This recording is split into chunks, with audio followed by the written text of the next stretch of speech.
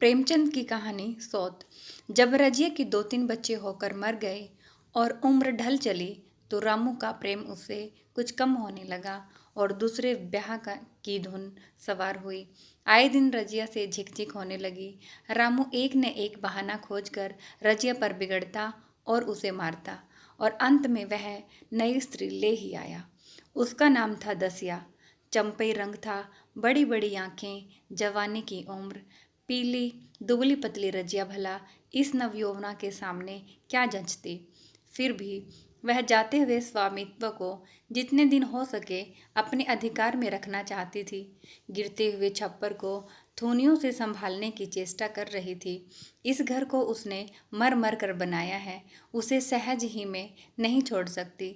वह इतनी बेसमझ नहीं है कि घर छोड़कर चली जाए और दासी राज करे। एक दिन रजिया ने रामू से कहा, मेरे पास साड़ी नहीं है, जाकर ला दो। रामू उसके एक दिन पहले दसिया के लिए अच्छी सी चुंदरी लाया था। रजिया की मांग सुनकर बोला, मेरे पास अभी रुपया नहीं है। रजिया को साड़ी की उतनी चाह न थी जितनी रामू और दसिया के आनंद में विघ्न डालने की। बोली, रुपए नहीं थे तो कल अपनी चहेती के लिए चुंदरी क्यों लाए? चुंदरी के बदले उसी दाम में 2 साड़ियाँ लाते तो एक मेरे काम न आ जाती। रामू ने स्वेच्छा भाव से कहा, मेरी इच्छा, जो चाहूँगा करूँगा, तो बोलने वाली कौन है? अभी उसके खाने खेलने के दिन है, तू चाहती है उसे अभी से नून तेल की चिंता में डाल दूँ? यह मुझसे नहीं होगा। तुझे ओढ़ने पहनने की साध है तो काम कर, भगवान ने हाथ पैर नहीं दिए। पहले तो घड़ी रात उठकर काम धंधे में लग जाती थी, अब उसकी डाह में पहर दिन तक पड़ी रहती है, तो रुपया क्या आकाश से गिरेंगे? मैं तेरे लिए अपनी जान थोड़े ही दे दूंगा। रजिया ने कहा, तो क्या मैं उसकी दासी हूँ कि वह रानी की तरह पड़ी रहे और मैं घर का सारा काम करती रहूँ? इतने दिनों छाती फाड़कर काम किया, उसका यह फल मिला तो अब मेरी बला ही काम करेगी। मैं जैसे रखूँगा वैसे ही तुझे रहना पड़ेगा। मेरी इच्छा होगी रहूँगी, नहीं तो अलग हो जाऊँगी। जो तेरी इच्छा हो कर, मेरा गला छोड़। अच्छी बात है, आज से तेरा गला छोड़ती हूँ, समझ लूँगी विधवा हो गई।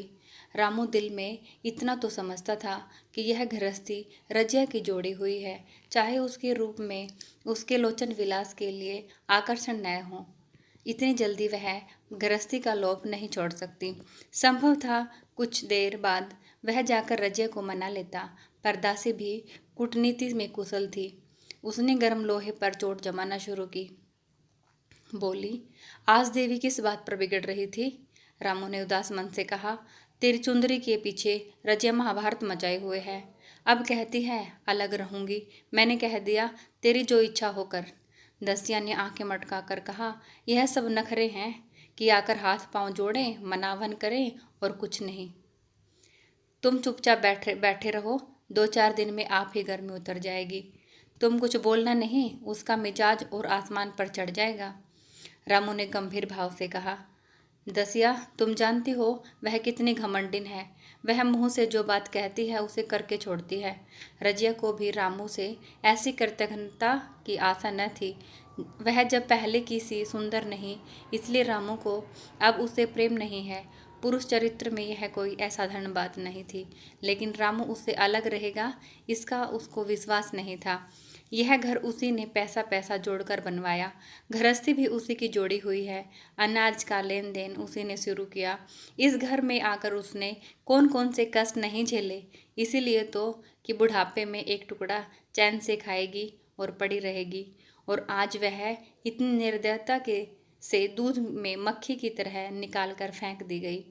रामू ने इतना भी नहीं कहा, तू अलग नहीं रह पाएगी, मैं या खुद मर जाऊंगा या तुझे मार डालूंगा, पर तुझे अलग नहीं रहने दूंगा। तुझसे मेरा ब्याह हुआ है, हंसी ठट्ठा नहीं है।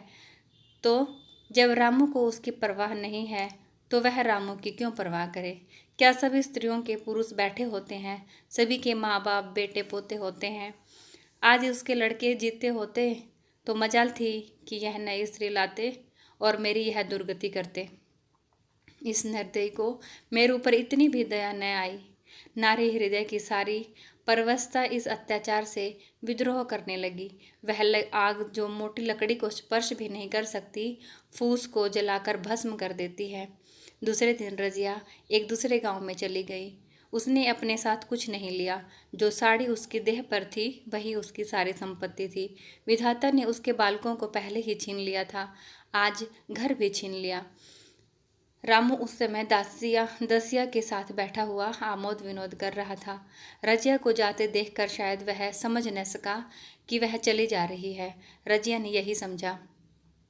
इस तरह चोरों की भांति वह जाना भी नहीं चाहती थी। वह दसिया को, उसके पति को और सारे गांव को दिखा देना चाहती थी कि वह इस घर से धेले की भी चीज़ नहीं लेके जा रही है। गांव वालों की दृष्टि में रामू का अपमान करना ही उसका लक्ष्य था। उसके चुपचाप चले जाने से तो कुछ भी नहीं होगा। रामू उल्टा सबको कहेगा, रजिया घर की सारी संपदा उठा ले गई। उसने रामू को पुकार कर कहा, संभालो अपना घर, मैं जाती हूँ। तुम्हारे घर की कोई भी चीज़ अपने साथ नहीं ले जाती। रामू एक क्षण के लिए कर्तव्य भ्रष्ट हो गया। क्या कहे, उसके समझ में कुछ नहीं आया। उसे आशा नहीं थी कि वह यूं जाएगी। उसने सोचा था जब वह घर ढोकर ले जाने लगेगी तब वह गांव वालों को दिखाकर उनकी सहानुभूति प्राप्त करेगा। अब क्या करे? दसिया बोली, जाकर गांव में ढिंढोरा पीटाओ, यहाँ किसी का डर नहीं है। तू अपने घर से ले ही क्या आई थी, जो कुछ लेकर जाओगी? रजिया ने उसके मुंह न लगकर रामू से कहा, सुनते हो अपनी चहेती की बातें, फिर भी मुंह नहीं खुलता। मैं तो जाती हूँ, लेकिन दस्सो रानी, तुम भी बहुत दिनों तक राज नहीं करोगी। ईश्वर के दरबार में अन्याय नहीं फलता। वह बड़े बड़े घमंडियों का घमंड चूर कर देते हैं। दसिया ठट्ठा मारकर हंसी, पर रामू ने सिर झुका लिया। रजिया चली गई। रजिया जिस नए गांव में आई थी वह रामू के गांव से मिला हुआ था, अतः यहाँ के लोग उसे परिचित हैं। वह कैसी कुशल गृहिणी है, कैसी मेहनती, कैसी बात की सच्ची, यहाँ किसी से छिपा न था। रजिया को मजूरी मिलने में कोई बाधा नहीं हुई। जो एक लेकर दो काम करे, उसे काम की क्या कमी। 3 साल रजिया ने कैसे काटे, कैसे एक नई गृहस्थी बनाई, कैसे खेती शुरू करी, इसका बयान करने बैठे तो पोथी ही हो जाए। संचय के जितने मंत्र हैं, जितने साधन हैं, वे रजिया को खूब मालूम थे। फिर अब उसे लाग हो गई थी, और लाग में आदमी की शक्ति का बारा पार नहीं रहता। गांव वाले उसका परिश्रम देखकर दांतों उंगली दबाते थे। वह रामू को दिखा देना चाहती थी कि मैं तुमसे अलग होकर भी आराम से रह सकती हूँ। वह अब पराधीन नारी नहीं है, अपनी कमाई खाती है। रजिया के पास बैलों की एक अच्छी जोड़ी है। रजिया उन्हें केवल खली भूसी देकर नहीं रखती, रोज 2-2 रोटियां भी खिलाती है, फिर उन्हें घंटों सहलाती। कभी कभी उनके कंधों पर सिर रखकर रोती और कहती, अब बेटे हो तो पति हो तो तुम ही हो, मेरी जान अब तुम्हारे ही साथ है। दोनों बैल शायद रजिया की भाषा और भाव समझते हैं। वे मनुष्य नहीं, बैल हैं। दोनों सिर नीचा करके रजिया का हाथ चाटकर उसे आश्वासन देते हैं। वे उसके देखते ही कितने प्रेम से उसकी ओर ताकने लगते हैं, कितने हर्ष से कंधा झुकाकर जुआ रखवाते हैं और कैसा जी तोड़ काम करते हैं। यह वे लोग समझते हैं जिन्होंने बैलों की सेवा की है और उनके हृदय को अपनाया है। रजिया इस गांव की चौधराइन है। उसकी बुद्धि, जो पहले नित्य आधार खोजती रहती थी और स्वच्छंद रूप से अपना विकास न कर सकती थी, अब छाया से निकलकर प्रौढ़ और उन्नत हो गई है। एक दिन रजिया घर लौटी तो एक आदमी ने कहा, तुमने नहीं सुना चौधराइन, रामू तो बहुत बीमार है। सुना है 10 लंघन हो गए हैं। रजिया ने उदासीनता से कहा, जूड़ी है क्या? जूड़ी नहीं, कोई और दूसरा रोग है। बाहर खाट पर पड़ा था, मैंने पूछा कैसा जी है रामू, तो रोने लगा। बुरा हाल है, घर में एक पैसा भी नहीं कि दवा दारू करे। दसिया के एक लड़का हुआ है, वह तो पहले भी काम धंधा नहीं करती थी और अब तो लड़कोरी है। कैसे काम करने आए, सारी मार रामू के सिर जाती है। फिर कहने चाहिए नई दुल्हनिया को, कैसे रहे? रजिया ने घर में जाते हुए कहा, जो जैसा करेगा आप भोगेगा। लेकिन अंदर उसका जी नहीं लगा। वह एक क्षण में फिर बाहर आई। शायद उस आदमी से कुछ पूछना चाहती थी और इस अंदाज से पूछना चाहती थी मानो उसे कुछ परवाह नहीं है। पर वह आदमी चला गया था। रजिया ने पूर्व पश्चिम जा जाकर देखा, वह कहीं न मिला। तब रजिया द्वार के चौखट पर बैठ गई। इसे वे शब्द याद आए जो उसने 3 साल पहले रामू के घर से चलते समय कहे थे। उस वक्त जलन में उसने यह शाप दिया था, पर अब वह जलन न थी। समय ने उसे बहुत कुछ शांत कर दिया था। रामू और दासी की दीनावस्था अब ईर्ष्या के योग्य नहीं, दया के योग्य थी। उसने सोचा, रामू को 10 लंघन हो गए हैं तो अवश्य ही उसकी दशा अच्छी नहीं होगी। कुछ ऐसा मोटा ताजा तो पहले भी नहीं था। 10 लंघन ने तो बिल्कुल ही धो डाला होगा। फिर इधर खेती बाड़ी में भी टोटा ही रहा। खाने पीने का भी ठीक ठाक न मिला होगा। पड़ोसी की एक स्त्री ने आग लेने के बहाने आकर पूछा, सुना रामू बहुत बीमार है, जो जैसा करेगा वैसा पाएगा। तुम्हें इतनी बेदर्दी से निकाला कि कोई अपने बैरी को भी न निकाले। रजिया ने टोका, नहीं नहीं दीदी, ऐसी बात नहीं थी। वे तो बेचारे कुछ बोले ही नहीं। मैं चली तो सिर झुका लिया। दसिया के कहने में आकर वह चाहे जो कुछ कर बैठे हों, यूँ मुझे कभी कुछ नहीं कहा। किसी की बुराई क्यों करूं? फिर कौन मर्द है जो औरतों के बस में नहीं हो जाता। दसिया के कारण उनकी यह दशा हुई है। पड़ोसी ने आग न मांग मुँह फेर कर चली गई। रजिया ने कलसा और रस्सी उठाई और कुएं पर पानी खींचने गई।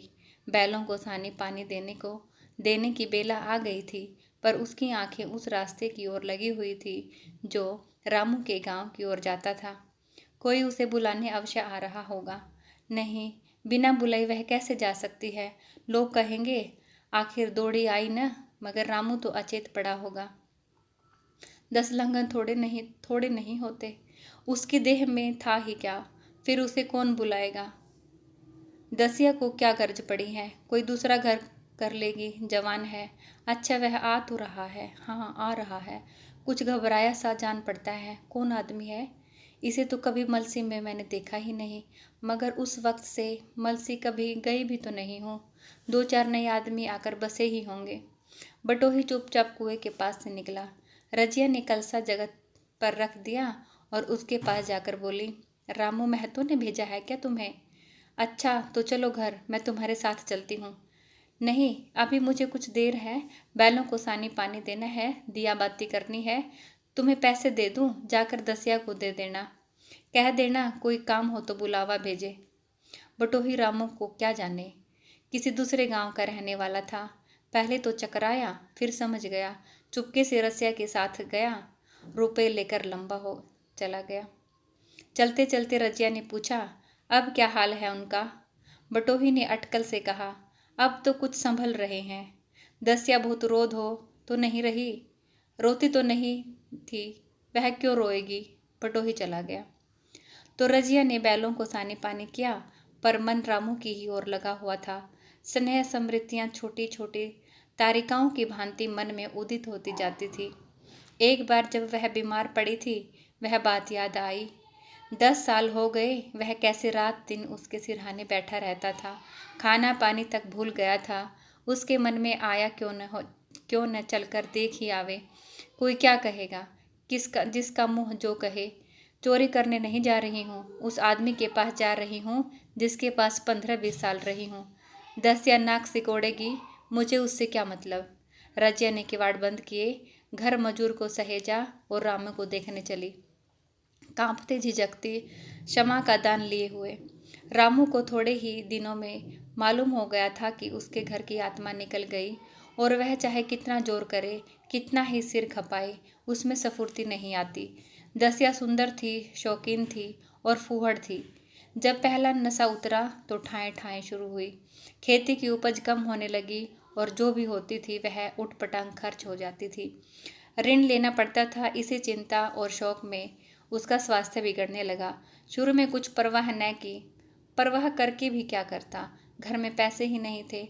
दवाइयों की चिकित्सा ने बीमारी की जड़ और मजबूत कर दी, और आज 10-12 दिन से उसका दाना पानी छूट गया था। मौत के इंतजार में खाट पर पड़ा करहा रहा था, और अब वह दशा हो गई थी कि जब हम भविष्य से निश्चिंत होकर अतीत में विश्राम करते हैं, जैसे कोई गाड़ी आगे का बंद रास्ता पाकर पीछे लौटे। रजिया को याद करके वह बार बार रोता और दासी को कोसता। तेरे ही कारण मैंने उसे घर से निकाला। वह क्या गई, लक्ष्मी चली गई। मैं जानता हूँ अब भी बुलाऊं तो दौड़ी आएगी, लेकिन बुलाऊं किस मुंह से। एक बार वह आ जाती और उसे अपने अपराध क्षमा करा लेता, फिर मैं खुशी से मरता और लालसा नहीं। सहसा रजिया ने आकर उसके माथे पर हाथ रखते हुए पूछा, कैसा जी है तुम्हारा? मुझे तो आज ही मालूम चला। रामू ने सजल नेत्रों से उसे देखा पर कुछ कह न सका। दोनों हाथ जोड़कर उसे प्रणाम किया, पर हाथ जुड़े ही रह गए और आंखें उलट गई। लाश घर में पड़ी थी। रजिया रो रही थी। दसिया चिंतित थी। घर में रुपए का नाम नहीं, लकड़ी तो चाहिए ही, उठाने वाले भी जलपान करेंगे। कफन के बगैर लाश उठेगी कैसे? 10 से कम का खर्च नहीं था। यहाँ घर में 10 पैसे भी नहीं। डर रही थी कि आज गहन आफत आई। ऐसे कीमती भारी गहने भी कहाँ थे? किसान की भी साथ ही क्या? 2-3 नग बेचने से 10 मिल जाएंगे, मगर और हो ही क्या सकता है।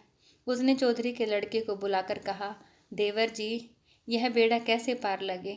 गांव में कोई धेले का भी विश्वास करने वाला नहीं। मेरे गहने हैं, चौधरी से कहो इन्हें गिरवी रखकर आज का काम चलाए, फिर भगवान मालिक है। रजिया से क्यों नहीं मांग लेती?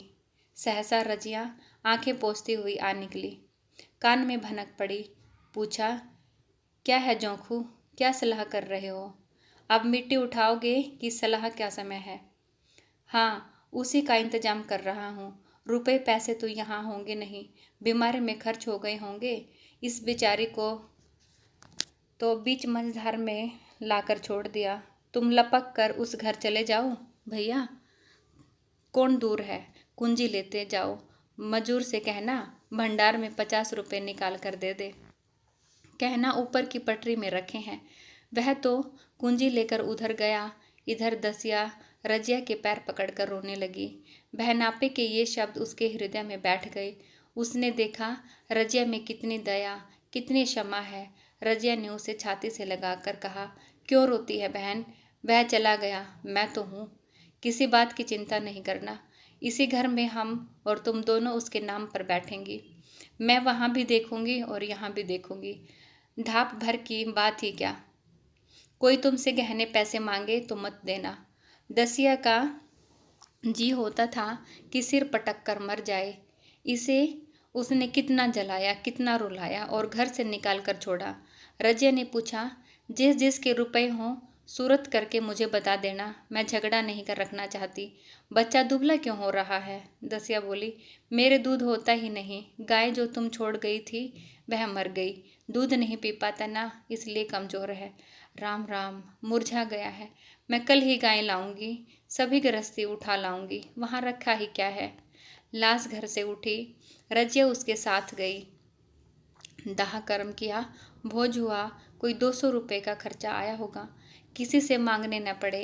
दसिया के जौहर भी इस त्याग की आंच में निकल आए। विलासिनी सेवा की मूर्ति बन गई। आज रामू को मरे 7 साल हुए हैं। रजिया घर संभाले हुए है। दसिया को वह सोत नहीं, अपनी बेटी समझती है। पहले उसे पहनाकर तब आप पहनती है। पहले उसे खाना खिलाती है, फिर आप खाती है। जोखू पढ़ने जाता है। उसकी सगाई की बातचीत पक्की हो गई है। इस जाति में बचपन में ही ब्याह हो जाते हैं। अब सब बहुत खुश हैं। दसिया ने कहा, बहन, गहने बनवा कर क्या करोगी? मेरे गहने तो धरे ही हैं।